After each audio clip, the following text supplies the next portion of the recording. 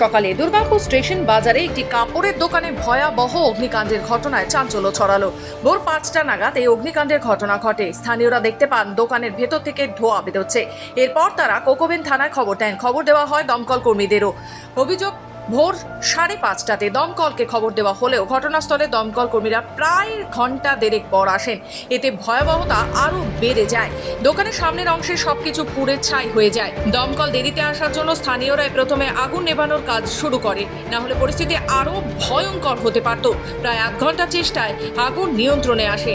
পুজোর মুখে কাপড়ের দোকানের এই অগ্নিকাণ্ডে আতঙ্ক ছড়িয়েছে। ভোরবেলার দিকেই লেগেছে, মানে আধা ঘন্টা বা 1 ঘন্টা হয়ে লেগেছে, কিন্তু আমরা ফায়ারকে ফোন করেছি অনেক আগর থেকে, কোনো ফায়ার কোনো মানে রেসপন্সই নেই। সিপিএলকে ফোন কাজে লাইন বাপ করে সেটা আমরা অনেক আগুন না, এটা অভিযোগ নয়।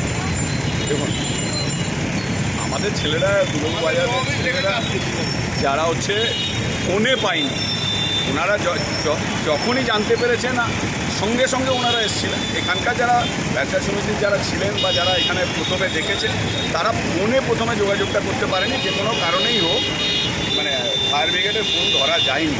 তারপর যাদের কাছে পার্সোনাল নাম্বার ছিল তারা বলার সঙ্গে সঙ্গে ওরা সিটি সেন্টার থেকে আসতে যেটুকুনি সময় লাগে মিনিট 20-25 লেগেছে। প্রাথমিকভাবেও জানা আছে বলতে যেটা খবর আছে যে ইলেকট্রিক শর্ট সার্কিট থেকে হয়েছে। আমরা মানে আমাদের কাছে খবরটাকে সেটা আমরা বলি। সংগঠন আমি হ্যাঁ, ঠিক আছে। দমকলের কটা ইঞ্জিন? দমকলে একটা ইঞ্জিন।